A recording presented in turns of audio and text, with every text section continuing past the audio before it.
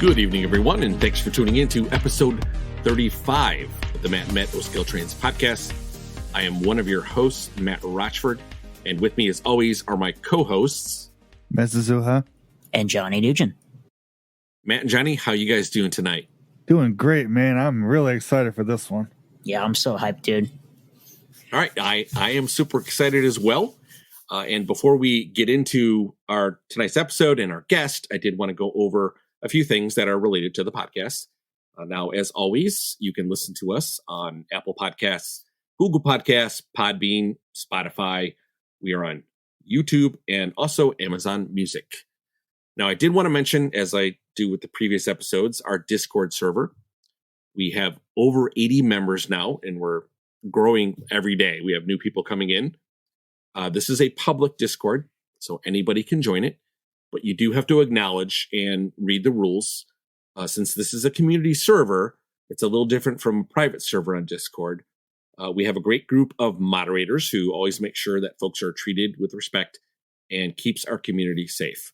Now, I will, as always, place a link to the Discord in our show notes.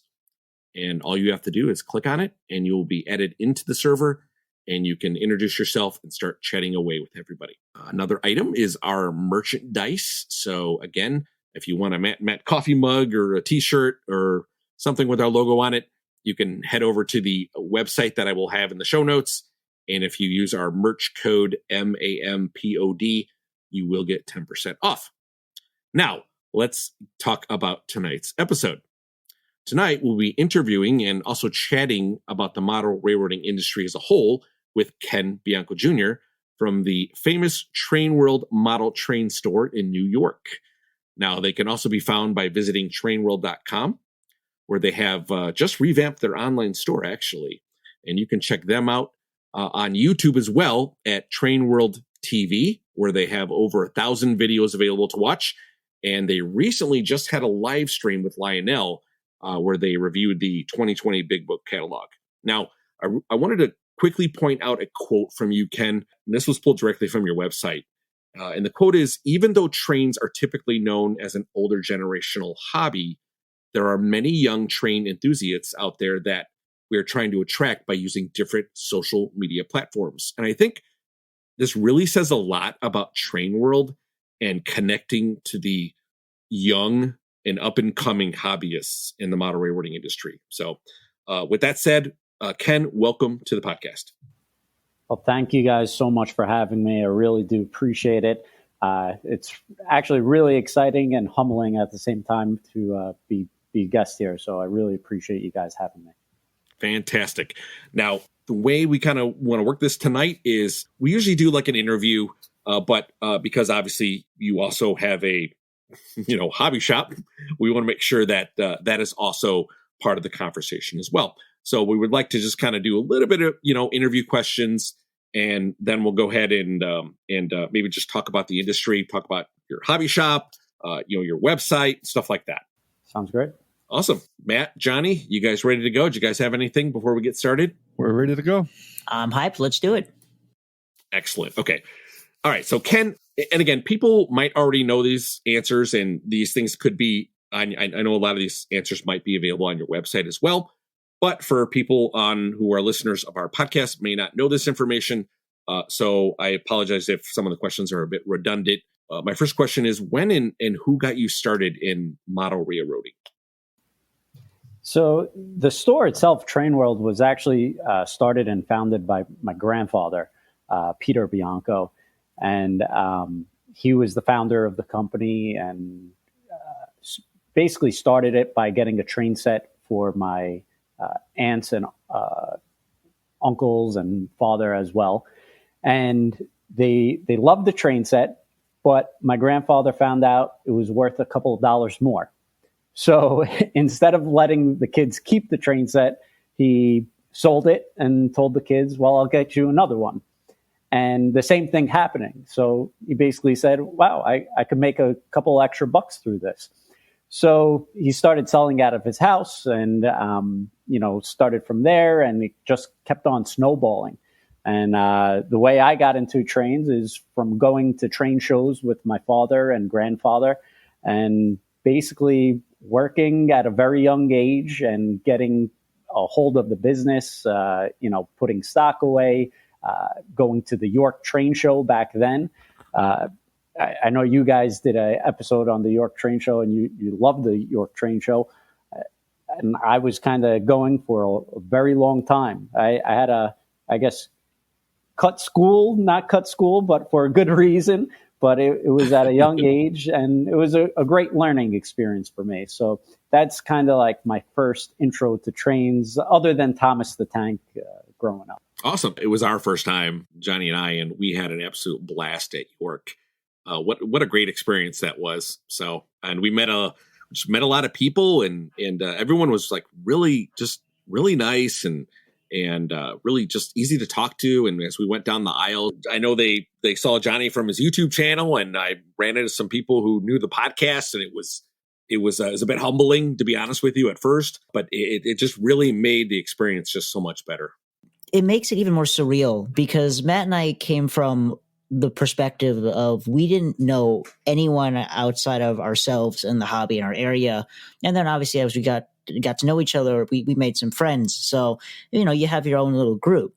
But when you go to York and you meet all these people, it is it's not like one or two rooms. It's several halls worth of people.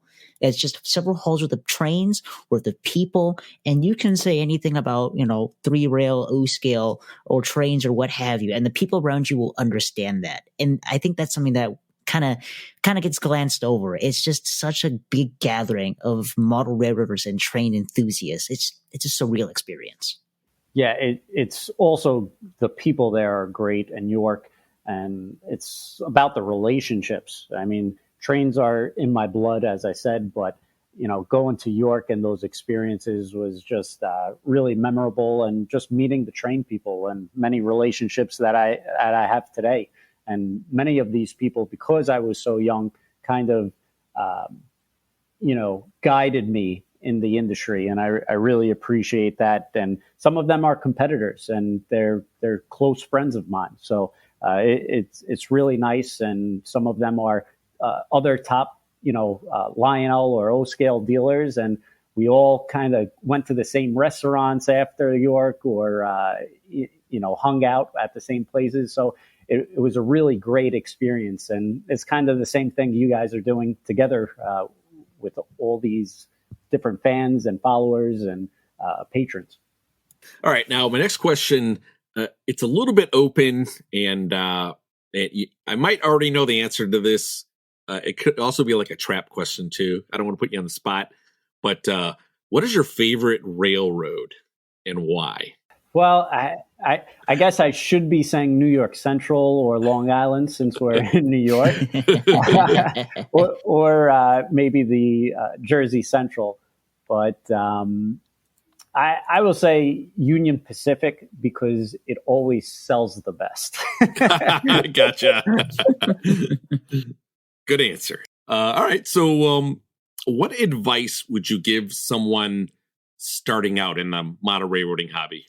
The best advice is basically if they're local, you could visit your local hobby shop and look at the different sizes, scales.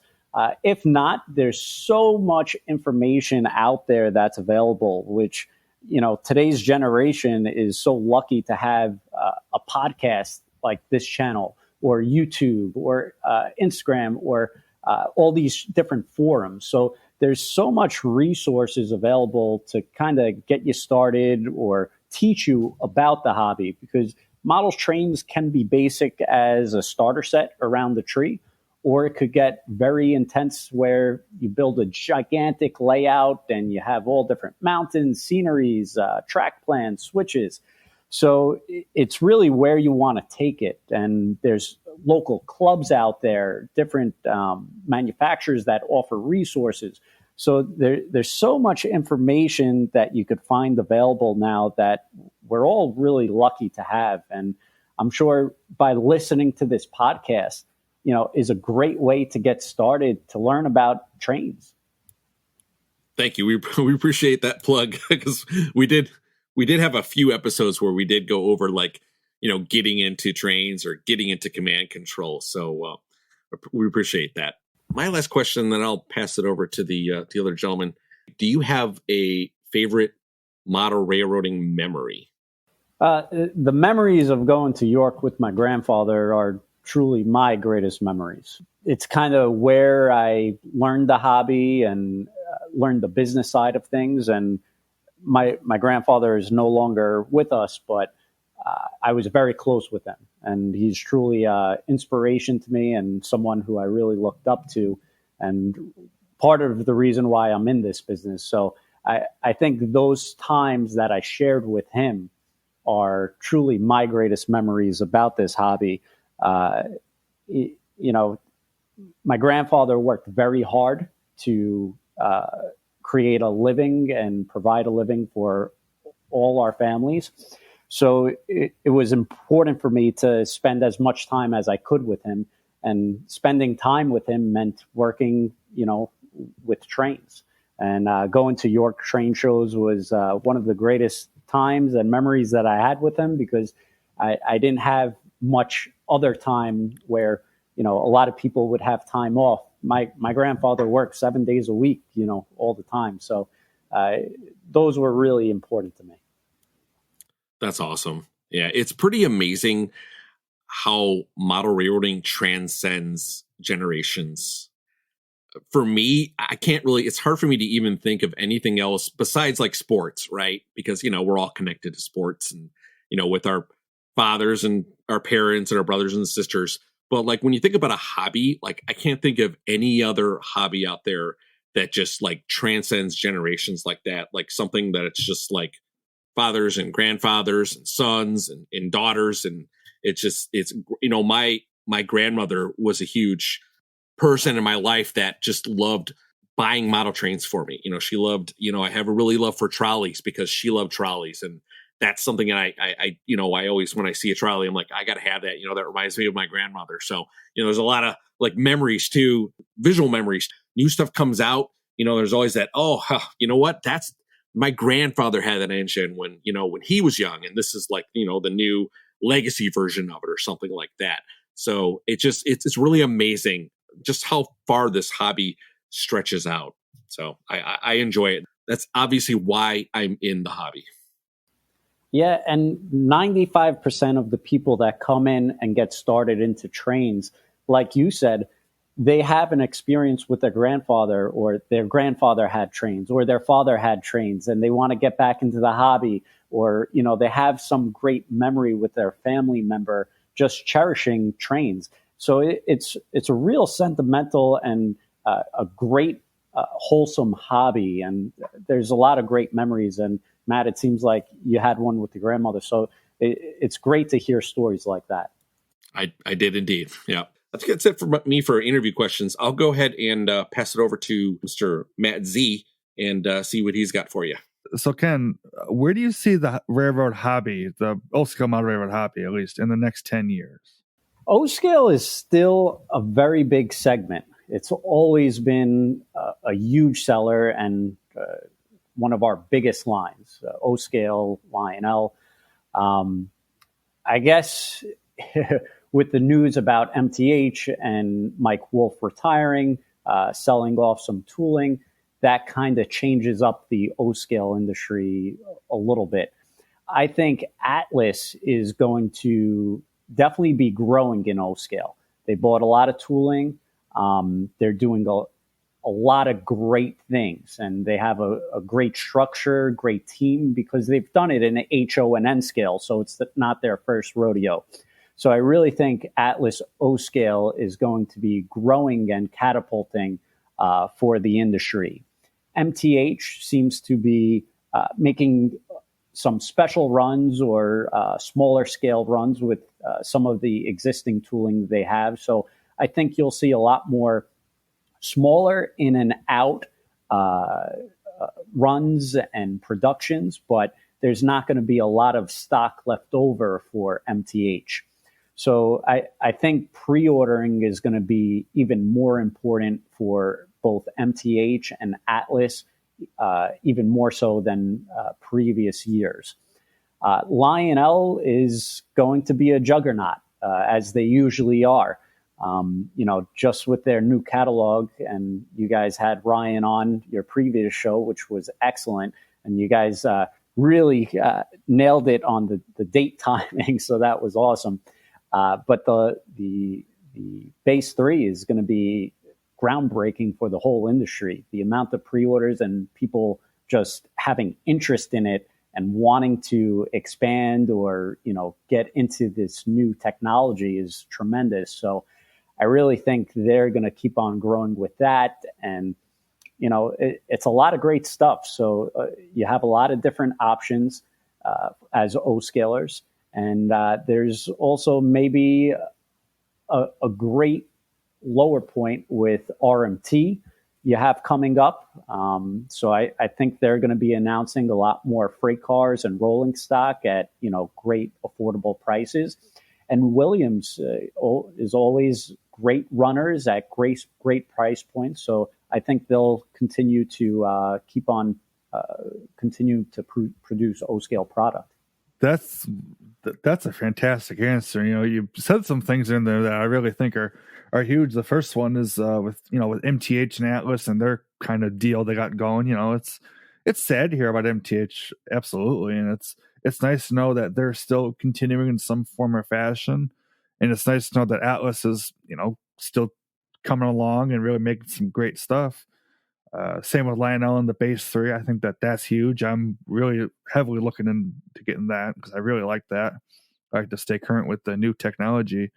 But the off brands, as I'm going to use the term, RMT and Williams, those are brands you don't really hear about much. This seems like the big heavy hitters, the MTH, the Lionel, the Atlas. You hear about those, but you don't hear a lot about some of these, I guess smaller is the word I'm going to use, companies out there. So I really appreciate you bringing them up. Yeah, no problem. So I think something I would like to know is just in your day-to-day operations. I mean, you guys are so busy. You got your brick and mortar stores, right? And then your online store. I'm just curious how you guys just keep everything moving so quickly. Obviously, you're keeping up with technology and stuff like that.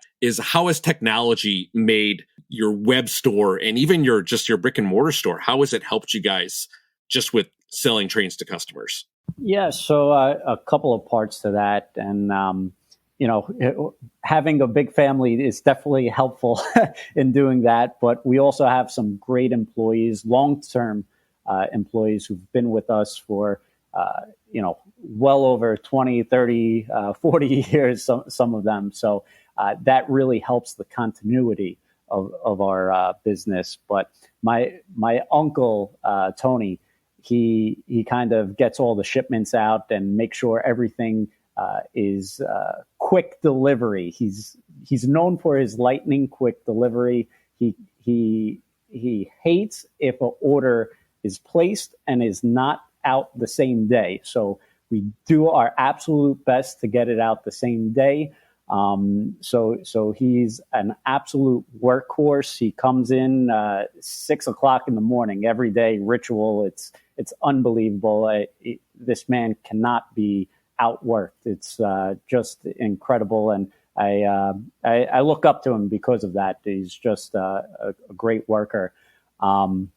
My cousin Anthony is kind of the director of operations now, and he's making sure the flow of how the orders get processed and all logistically, the warehouse, online, getting everything safely, securely, quickly, all of that kind of is on his shoulders, and he's doing a fantastic job kind of managing everyone in the office and warehouse and in our Brooklyn facility. So he's my right hand, and I couldn't do anything without him. So he's a huge asset to the company.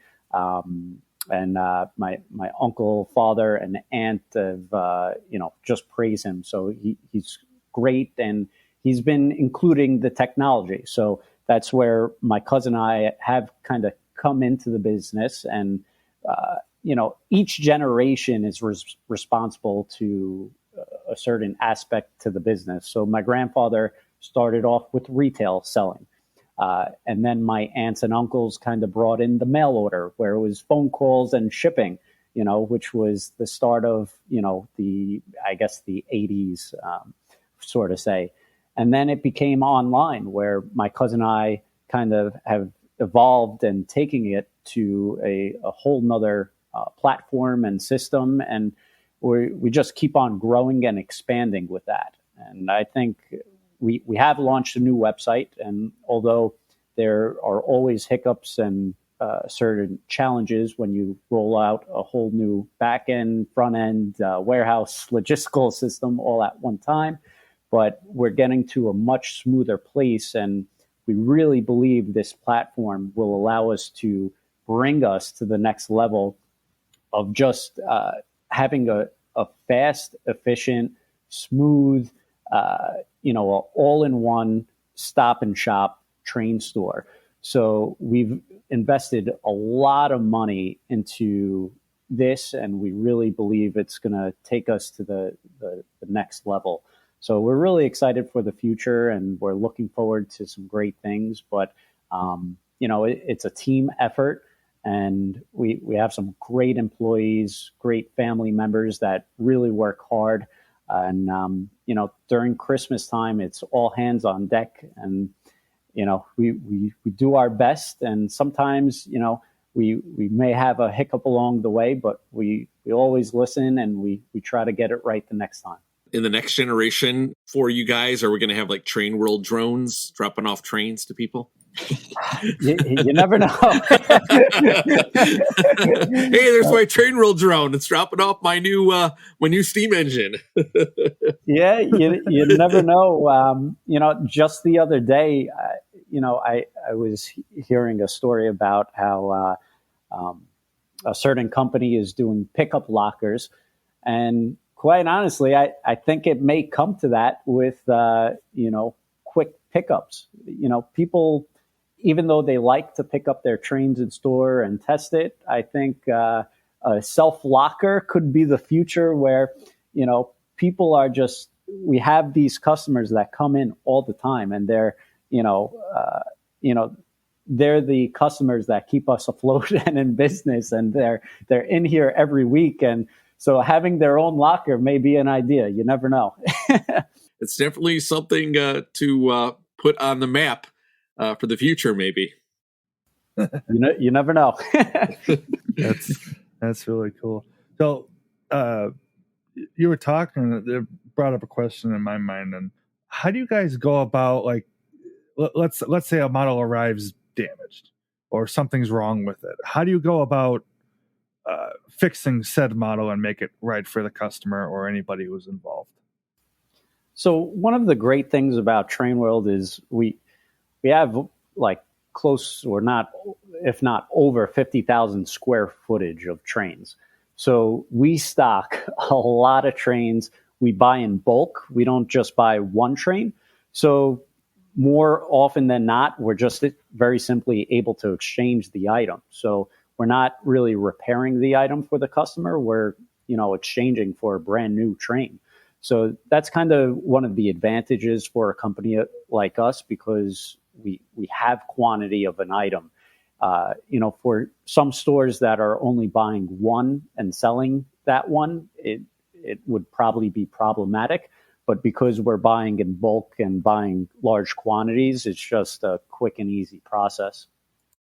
And I'll just cut in really here too, that I have actually several examples of that with you guys, which is one of the reasons why I like just purchasing trains from you guys, because I've received a few items before that, some engines that, were brand new out of the box. I remember I had a BNSF ES44 that unfortunately just wouldn't take an ID for some reason.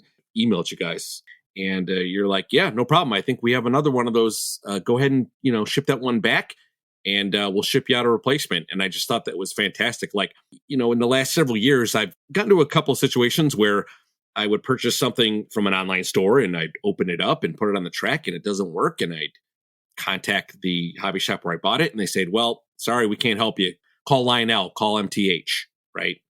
And, this is nothing, there's not a dig at that hobby shop or anything. Yeah, that's just, unfortunately, with smaller shops that can sometimes happen, and they don't have the necessary staff to manage stuff like that. But I just think that's just really cool that you guys have that available to, for your customers, because look, you hope everything you buy is going to work out of the box, but the reality of the situation is that's just not going to happen all the time. Having you guys there as a backup plan for, because we're all excited when we get new stuff, we want it to work, right? But having you guys as a backup plan is just really awesome. And it's obviously a reason why I do a lot of my purchasing from you guys. I appreciate that. And, listen, with any store, stuff happens, but we try to get it right the next time. And with our new website, it's actually a lot easier, which we're excited about, because our customers that do, sign up and have an account or order from us, they could now see the process of their returns. They could see the status. Was it accepted? Is the shipping label being sent out to them? So it's kind of this streamlined process now. So we're really excited that it has rolled out in the past couple of months, where it's really easy for the consumer. If there's something wrong with it, they could just log on to our website, and they don't even have to speak to someone. They just, enter the information of what's wrong with it. And, it's all real simplicity. And, the big part with us of what our whole business is trying to do is just become more streamlined, and everybody's used to ordering online with websites. So it's really important for us for it to be simple and easy for our users. Yeah, I remember I believe like before, and I haven't had to return anything obviously with your new system, but I remember before it was two separate systems. I remember having to log into a separate RMA sequence, but having that being merged into one portal system is fantastic. And, making things easy for people is just definitely the way to go. Yeah, thanks. All right. Another thing I'm thinking of, and that this would be a, to me, disservice, is you guys are in New York. So if I don't bring this up, I would never hear the end of it.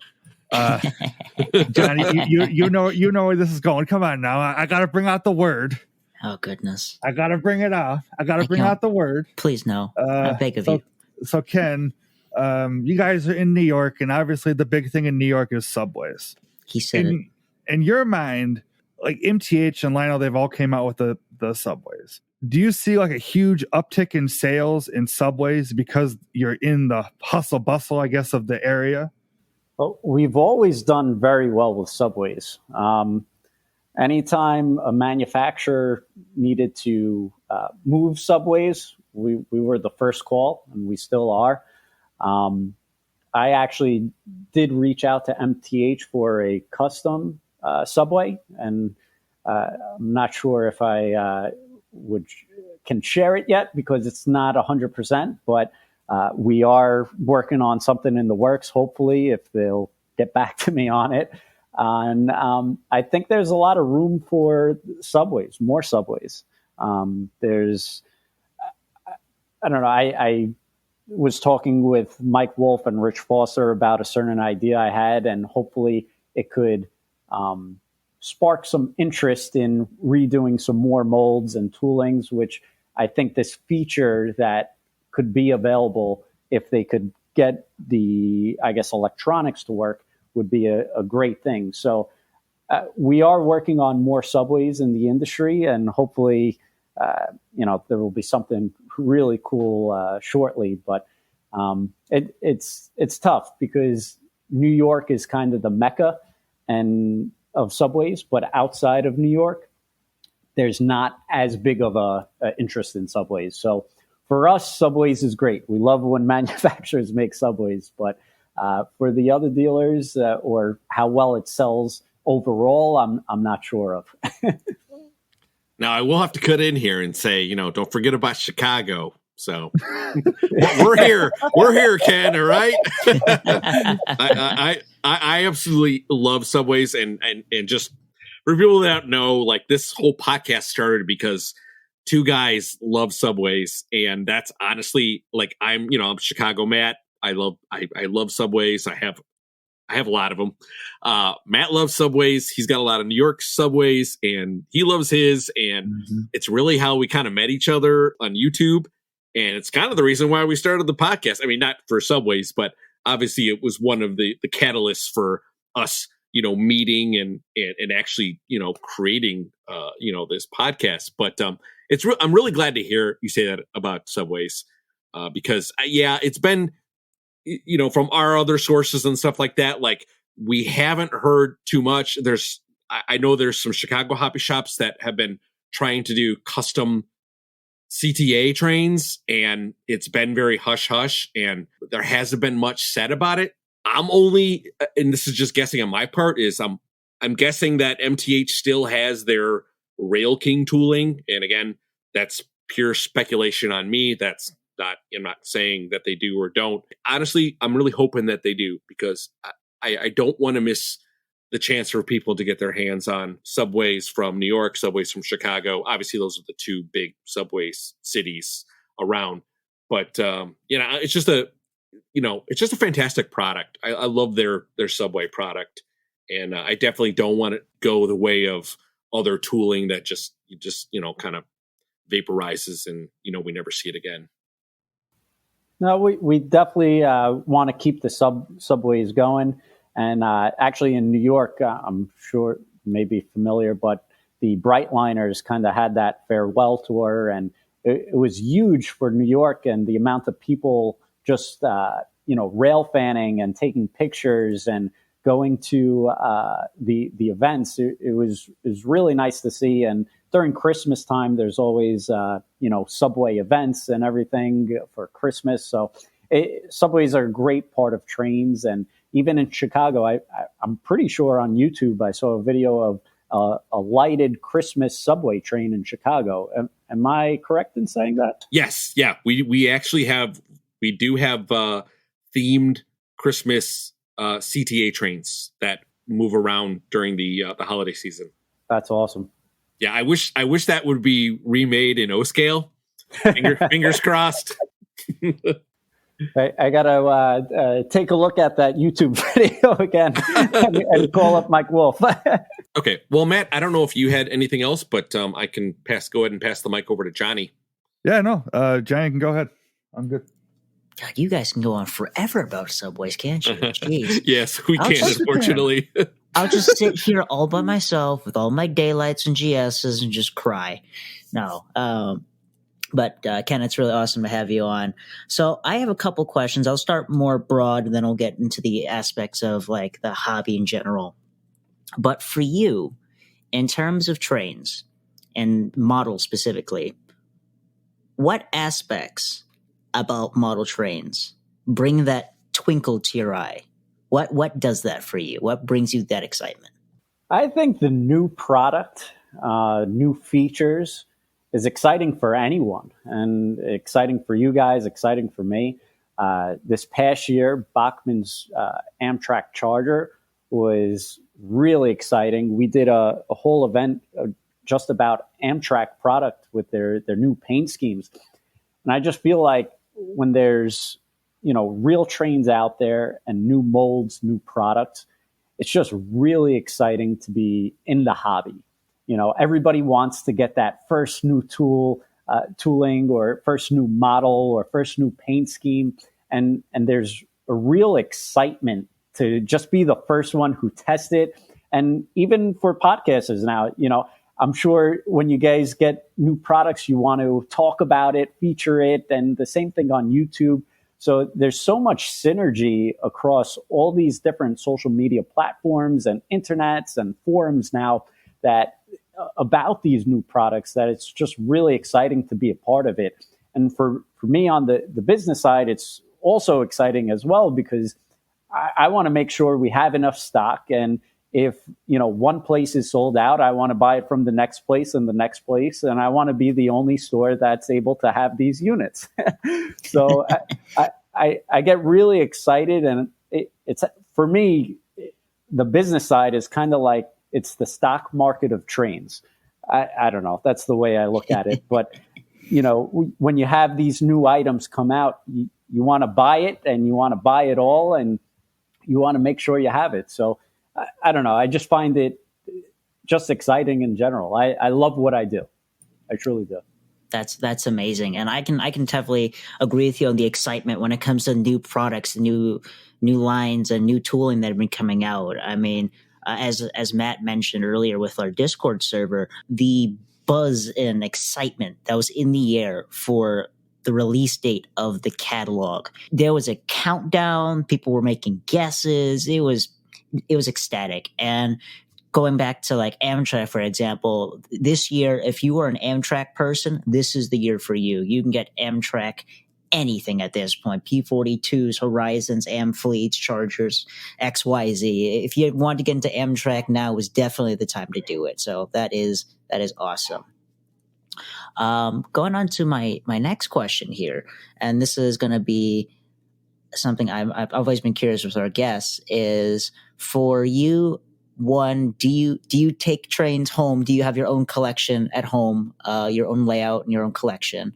And if you do, what consists or what sets are the ones your go-to? Like you come home from work and you want to run trains. What's the set you put on the layout for you personally that always makes you happy? So I don't have a train layout anymore. I used to when I was young at my parents' house. In New York, there's not much space for train rooms. And fortunately for me, I work 7 days a week, all during the winter, fall, and most of the spring, 6 days a week, if not 7. So trains is every single day for me. So I don't come home and play with trains or run trains or have any consists. But we do have collection pieces. And my father, my grandfather, we've always been big on like displaying trains and certain trains that either,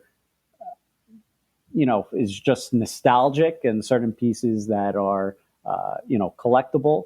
So it's, Lionel was very, very nice and, gracious when I got married. They actually custom made a train, and it was a wedding themed train. And, for that, it meant a lot for me where out of the blue, they just sent me this, awesome line chief engine and it just custom wording and congratulating me on my marriage and everything. So it was really neat. So I really appreciate that they sent that to me. That's very touching, and that's super cool that Lionel did that. I can imagine the excitement and the joy you must have gotten when you were presented with that. So that's great. Thank you so much for sharing that story with us. Yeah, and my grandfather, he was a huge collector, and he had a lot of trains display at his house. And the back then it was tin plate that was the big collection. The Blue Comets, the standard gauge, the state sets. So those were kind of the iconic, pieces that he collected.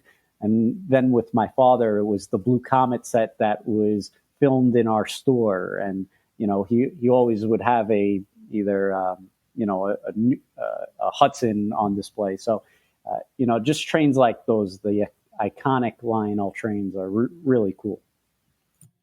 That's awesome. That's awesome. Yeah, you can't get better than that. So yeah, for sure. Go ahead, Matt. I think you had something you wanted to say. Yeah, while we're on the topic of it, I'm just curious. So you're talking about how your grandfather had the tin plate stuff. So like, what's your take on the new Lionel models that are being redone, like the bipolar state set and the S2 set with the tin plate style cars? What's your take on those, modern equivalents of the old school tin plate models? I think it's great because it kind of it's a memory, and everybody knows about the old trains tin plate. They grew up with it. So being able to have a new one that actually, some of it runs or being more affordable, because not everybody could afford a state set that's, thousands of dollars. So it makes it, attainable. So I think it's really great. Lionel has done that and kept the memories going where, now it's a memory of it. And I think it's nice for not even just old timers, but anyone who knows about trains, knows about certain, popular sets, the Blue Comet. So just being able to run those on an O gauge layout now is fun. It's neat. And, it's something that they always liked, but could never really get into maybe tin plate or have tin plate or afford that price point. So it's great when there's a crossover like that.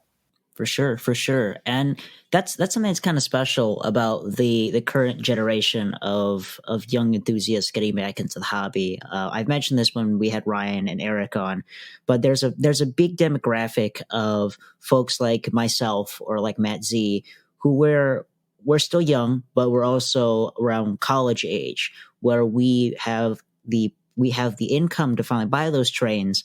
And people around Matt's and mine's age, we grew up watching things such as I Love Toy Trains from TM Books and Videos.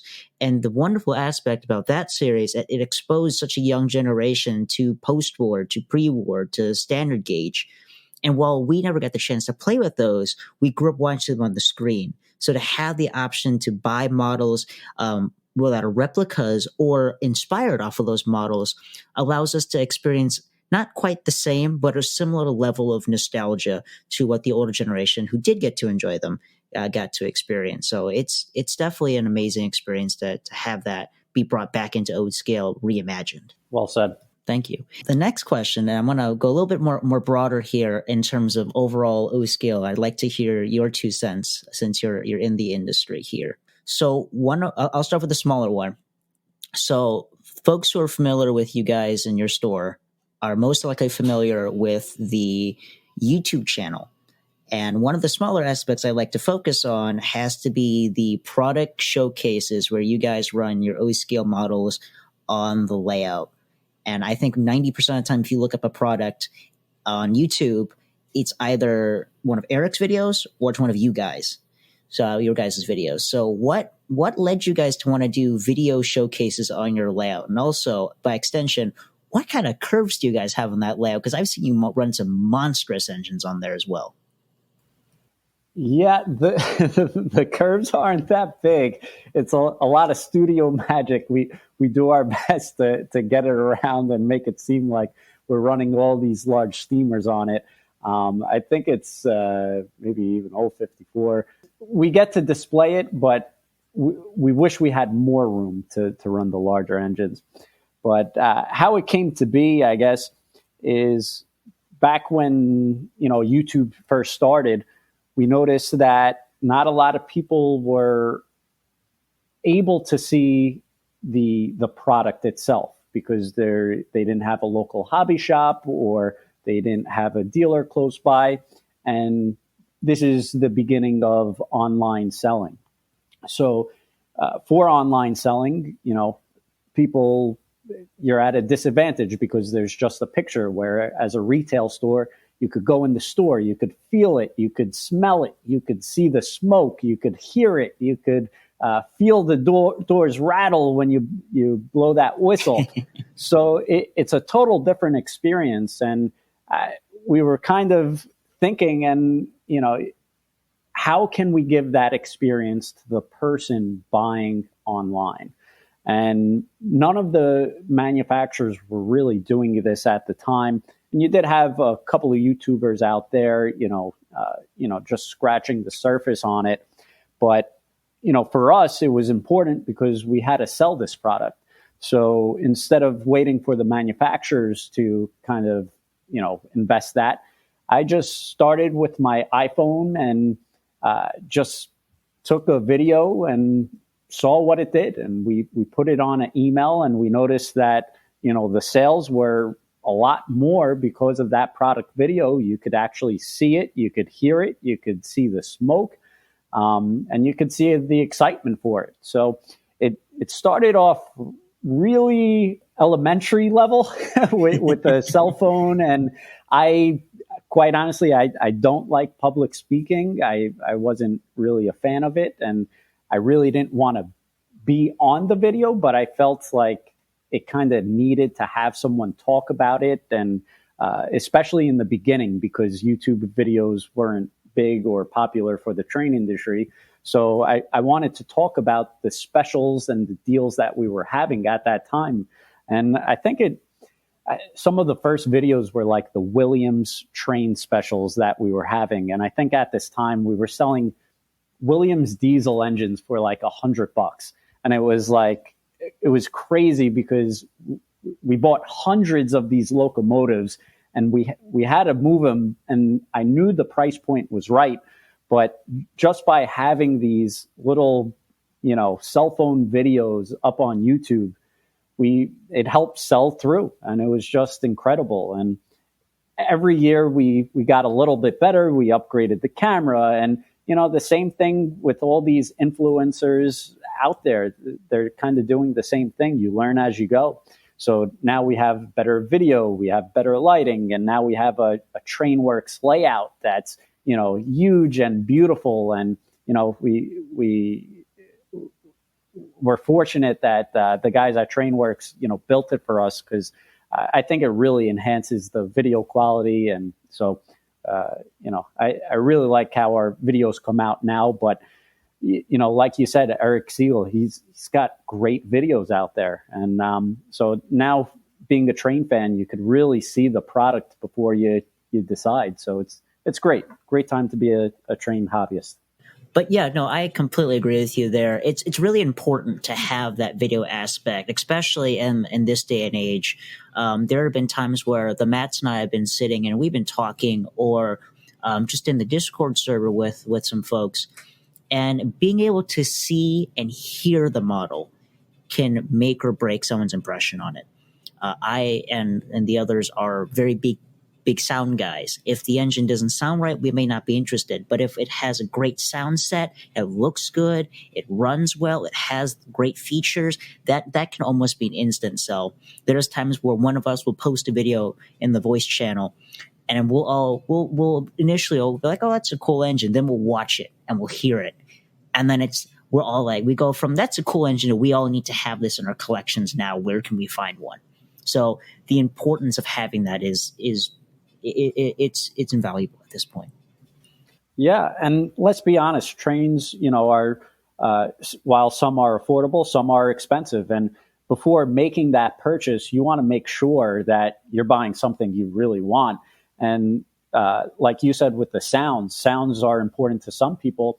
And also paints, sometimes the paints of a manufacturer, they don't get it right sometimes, or it could be a different color variation that you thought it was or looked in the picture. So you're able to verify it now. So it's just, I think, is a really great tool, any store. And for us, it's really important. And, a lot of people out there that are into model trains don't have the comfort of going to a local train shop or maybe a club anymore. So these podcasts, these videos, YouTube or forums are really important for them to get that information. And now Discord, it's amazing. So I had a question on the video topic. And first of all, like what Johnny said, I love your guys' videos. They're a great resource to, like he said, be able to kind of know what you're buying before you buy it. And I think it's really nice to know that, it's not like, oh, I see this on Trainworld and I want to, put my card in and buy it. It's like, well, what am I getting?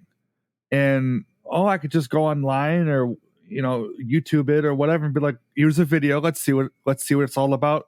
Then it'll either, it'll say like, I want to buy this, and it'll make me all that more excited for it. And I think that's huge. And I really think that that's something that really should be noted.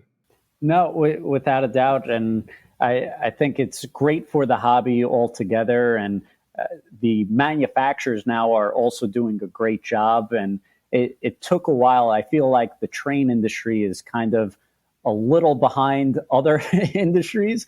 But I think all in all, we're all getting to a great point. And now I think everybody's kind of jumping on the bandwagon and really seeing that it is important for people to see what the train looks like, sounds like, smokes like, and all that stuff. So it's really great. One more question on the video part was the live streams and more importantly the virtual York. How did that all come about? I was curious on the backstory with that. So the live streams, I'm not sure. Well, I guess it started with just being a Facebook Live. And we do a lot of retail events at Trainland, and we did it just for our local customers year after year after year. So one year when I guess Facebook Live started coming out, I said to the manufacturers, would you be comfortable of going live to talk about your product? And we did it for one of our in-store events where it was probably either MTH or Lionel at that time. And, you know, a lot of people were watching and seeing what the manufacturer brought. And for me, it was really important because, you know, a lot of people don't have a large train shop or a train shop that's nearby. So it's important for me, for people all around the world to see what our train store is and to see what the products look like and to see what's new, how we host our events. So it was really awesome for us to have a chance to bring the customer from Australia or Japan or Texas or Ohio and kind of bring them into our store for that day. So we were kind of some of the first people to have these Facebook Live events. And it kind of just started with Facebook Live. And then when we sent it out on email, people, we would get comments saying, well, I don't like Facebook, or I don't trust Facebook. So we got a lot of, I guess, slack in the beginning. And then I found a service that, you know, we were able to post them on YouTube.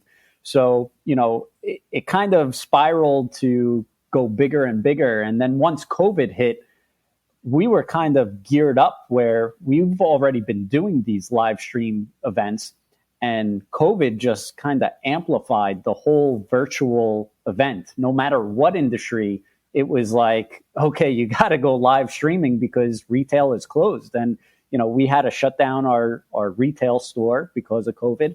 And it was a scary time, and we didn't know, you know, if we were going to be able to make it financially or be in business, out of business. It was any business was just up in the air at that time when it first started. And actually, Andy Edelman from MTH had the idea to bring all the manufacturers on at one time. Because I think we were talking about just having MTH or, just one manufacturer for York to talk about the segment, because it wasn't, you know, going to be going on. And I said, you know, Andy, that's a great idea. So I reached out to, you know, all the usual suspects at York, and we had a awesome event, and, you know, so many people attended and talked about the event. It was just a great thing to be a part of, and a great time to talk about how great York is. You know, York is very important for all the manufacturers and in O-scale specifically. So it was nice to kind of have that, you know, virtual layout. And now you guys are doing podcasts about York, which is great. So now I think there's so much information, virtual segments, podcasts out there that it's really great for the consumers out there, and it's a great time for them to have so much information available. And you guys did a great job, and I heard your enthusiasm, and I actually made notes for next York to actually meet up with you guys and to try to hopefully do something, and hopefully COVID will lay down, but we'll see. But yeah, that's how it kind of all came apart. We would love to see social media booths out there at the next York, at least at the fall York show. I think that's a really good kind of transition, or, you know, just evolving with the model railroading industry. YouTubers, our podcasts. I mean, Matt and I and Johnny would love to have have something out there at York, even if it's just a small little booth to just kind of meet and greet people and stuff like that. I really think that's really important kind of moving forward.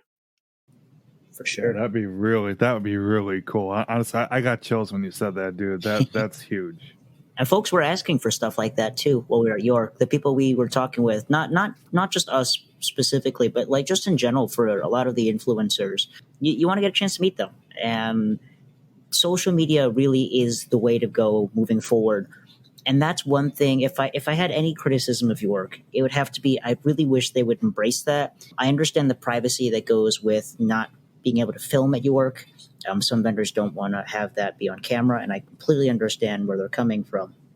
But at the same time, when you're an O scale and like all of us have been, you hear about York all the time. You got to go to York. You have to go to York. This is what York's about, blah, X, Y, and Z.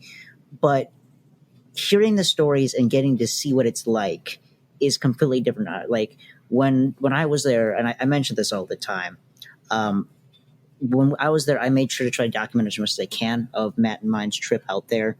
And that actually became a big point for a lot of folks to actually want to go out to York for themselves.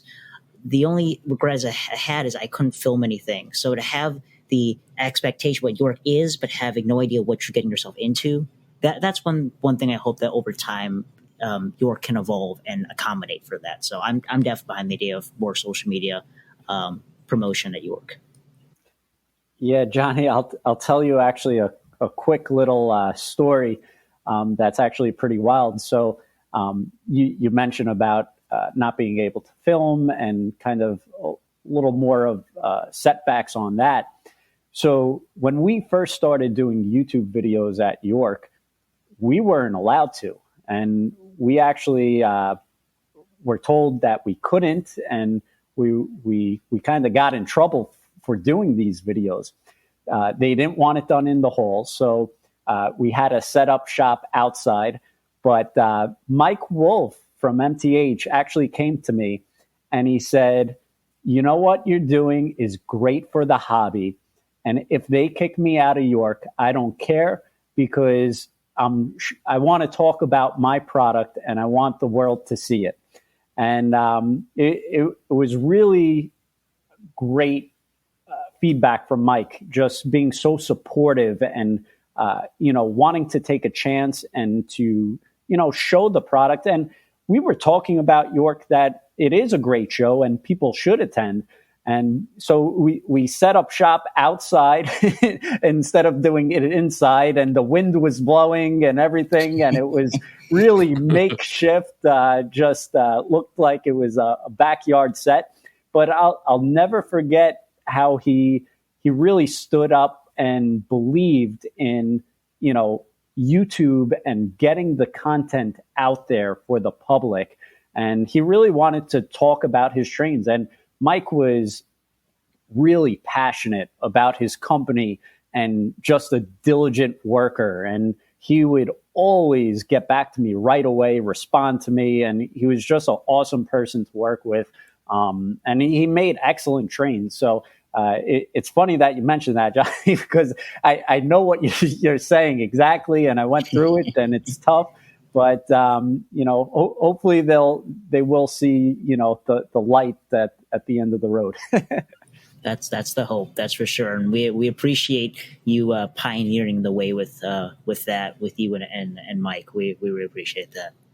So another question I wanted to kind of ask, and this is one that's a little bit different from what we've discussed so far. We know that you guys are very family involved, and a lot of folks in this hobby have that influence, that relative, that grandfather, father, grandmother, aunt, uncle, mother, whoever that got them into the hobby. But also, I want to kind of bring up the other side for someone like myself who got into the hobby who had absolutely nobody prior who got them in. So my question to you, if we take that aspect out, and let's say this is just someone who managed to walk into the store and just so happens to see the trains, what in your mind is the biggest draw for a person who's never been in the hobby that gets them hooked? What makes their eyes light up? Yeah. So as soon as they walk in the store, they're going to see operating layouts and just trains running. And once you see these different modeling scenes, buildings, structures that look real, the trains, the whistles going, the sounds chugging, the subways going underneath, the excitement gets to you. And whether you're a kid or you're older generation, there's something about trains, movement, the excitement, wanting to play with them, run them, just create something. It just takes over you. It's kind of like a inner body experience when you come into our store, and or outer body experience. But the Trainworks layout that we have in the corner, the kids are able to grab the remotes. They're able to race. They're able to play with their friends. It's really amazing what happens when people walk into the store. And pre-COVID, we actually had a Thomas the Tank layout, or a train table, and the kids were absolutely glued to the Thomas the Tank play table that the parents couldn't get them out of the store. And when they tried, they would be crying, upset, kicking, screaming, because they wanted to stay playing with the Thomas the Tank trains. So it's just an awesome experience once you see trains go in and you're able to actually play with them. And I think that's one thing that kind of separates our layout from other, store displays where you may have it, you're able to look at it, but you can't really, play with them. For us, we have, line chief remotes, and they're able to take them down. They're able to go fast, slow, blow the whistle, honk the horn. So it's really interactive. So I think it's a great experience for our Trainland retail store when they're able to have that. So when you're not into trains and you walk into that and you're able to use these trains or see them, it adds a different dimension than rather just seeing it behind the showcase or seeing it behind the wall.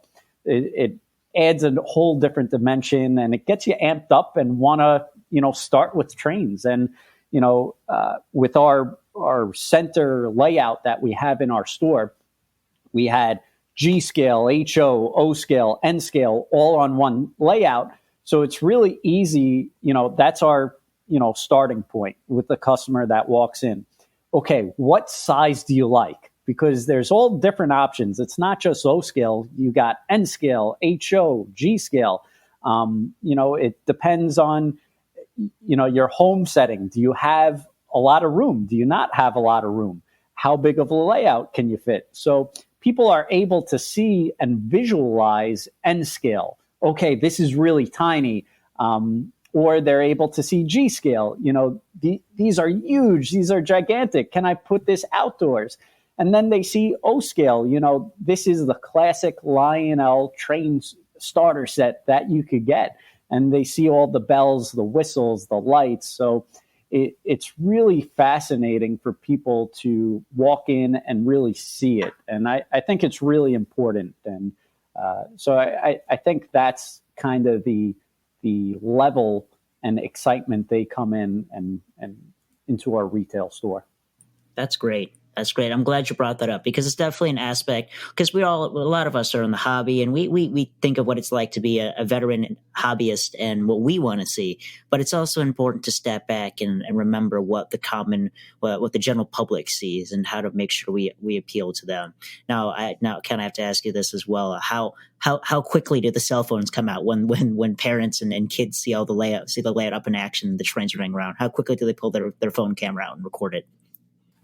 They love taking pictures and taking pictures of some of their kids playing, enjoying, and now they could even run the trains with their cell phones.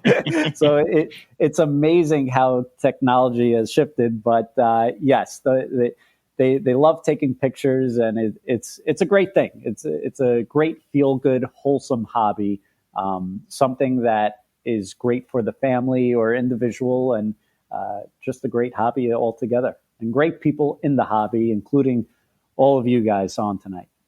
Well, thank you. And same goes to you. You've brought quite a lot of great points. You've brought a great charm to the podcast tonight. So thank you so much for being here with us today. Thank you, Ken.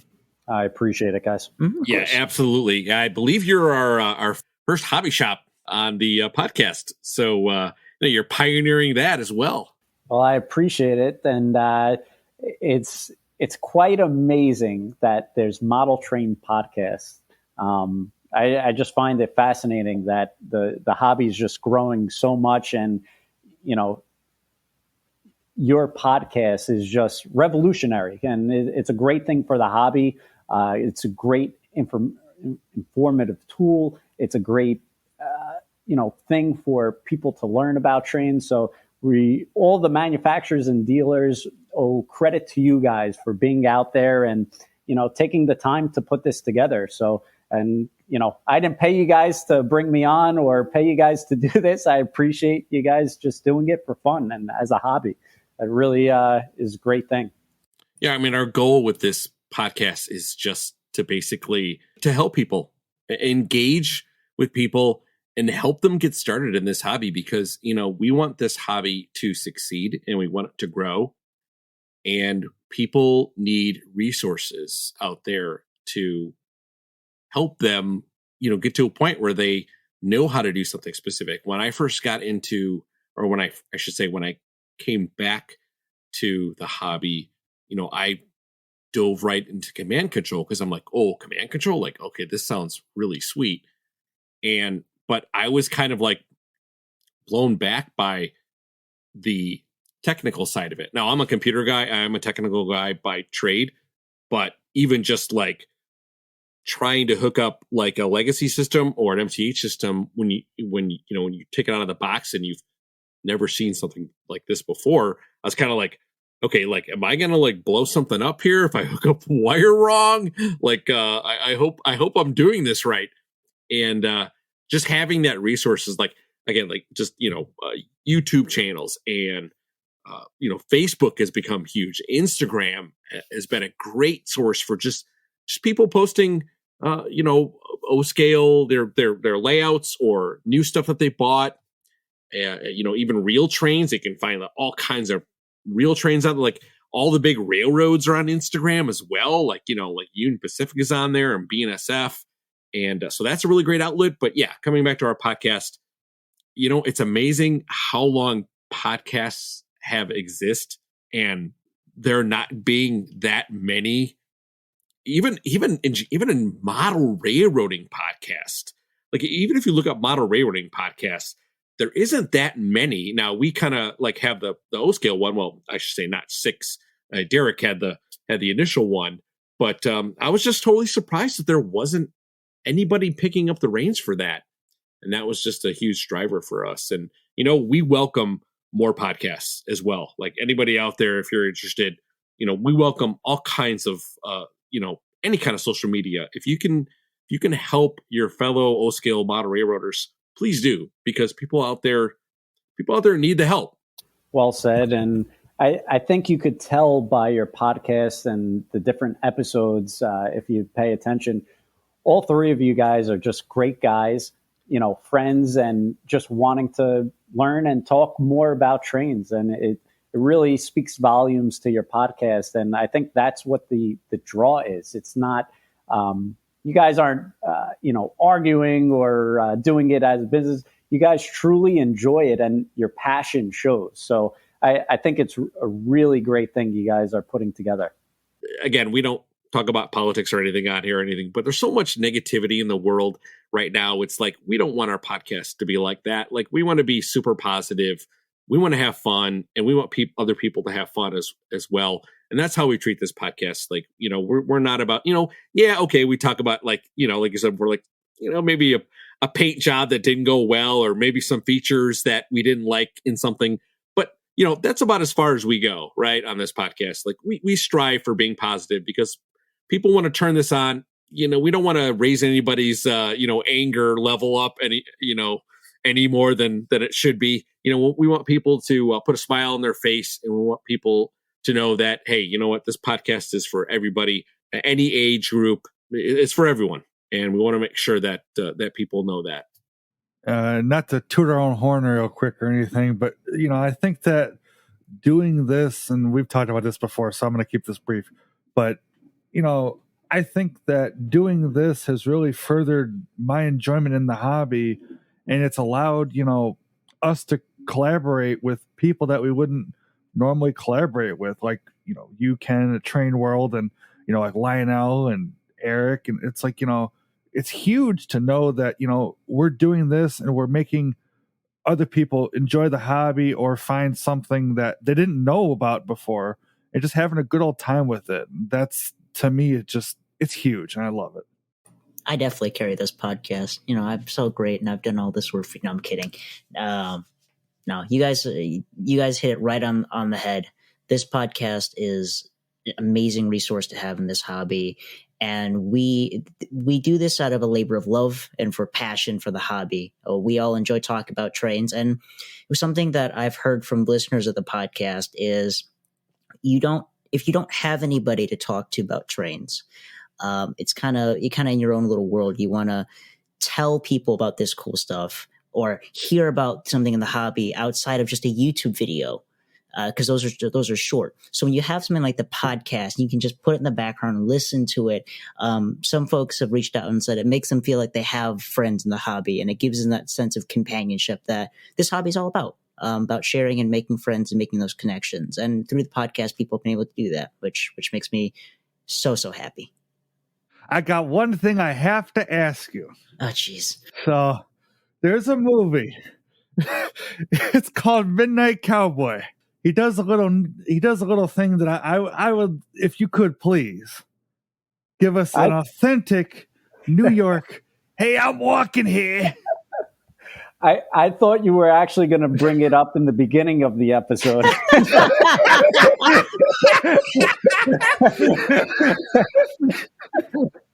Oh man, I knew where it was going, and I was like, "Oh, I guarantee you they're going to bring it up in the beginning, like, hey, I'm walking here," or a total New York accent in the beginning. And then I was like, I was a little let down in the beginning because I was like, oh, he didn't do his normal hello or New York accent on it. I love it. This is God. But yeah, authentic. My cousin Anthony could probably do it better. But hey, I'm walking over here. Classic. I love it, man. That's awesome, dude. Yeah, this is the real reason why we did this podcast. Yeah, we wanted a soundbite from you, Ken. That was the only reason, right? That's all we wanted. That's awesome. Good night, everybody. Yeah. Thanks, man. I had to get that. I was wondering when you were going to bring that up, Matt. So, yeah. All right, folks. Well, I believe that wraps up this episode of the Matt No Skill Train podcast. We definitely want to thank Ken Bianco Jr. from Trainworld for obviously giving us, his time, coming on the show, talking about trains, which is what we love. And obviously, Ken, we would love to have you on again. With that said, please don't wait for an invite. If there is something you want to talk about, please feel free to reach out to us and let us know. And, we'll get a podcast going on it. Well, thank you guys so much for having me. This was an awesome experience. I'm definitely want to do something with you guys in the future. I have an idea. I'll shoot it after we close, but thank you. Honestly, this was awesome. And you could really tell when you're in the room or chat or on a podcast with good people. And I truly believe you guys have a great passion for this hobby and really humble, down-to-earth guys. And I really appreciate everything that you guys do. So kudos to you guys and keep up the great work with the podcast. It's just tremendous. It's awesome. Just great job, guys, all around. Thank you so much, man. Thanks. You. Big thanks, man. Really appreciate it. Yep. Thank you, Ken. Now, every guest on our podcast, we want to make sure that people know where to find you. So, Ken, where can people find Trainworld on the internets? Yeah, you could go to trainworld.com is our online 24/7 website. We do have our retail store in New York, or you could find us on social media with Instagram, Facebook, and YouTube, Trainworld TV. We also have a Pinterest account. So the only thing we don't have, we're not on Discord like these podcasters are tonight, but everything else you'll be able to find us. Fantastic. Johnny, where can people find you, my friend?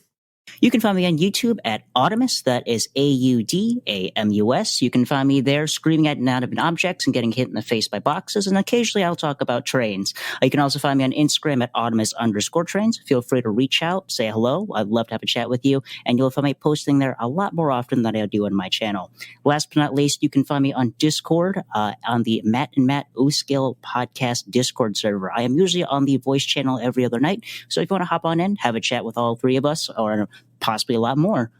Hope to see you guys there. Matt? You can find me on YouTube under Matt-Trainlover9943, on Facebook under the same name, and ditto to Johnny on the Discord server. And Ken, I just got to thank you once again. This was a ball, man. I absolutely loved it. You can find me on YouTube at West Chicago Model Railroad. I'm on Facebook under the same name. And I'm also on Instagram. If you just search up WCMRR, you will find me. So that closes out this episode. Ken, big thanks to you again. And I want to wish everybody a wonderful night. Take good care, everyone. See you, everybody. Thank you, guys.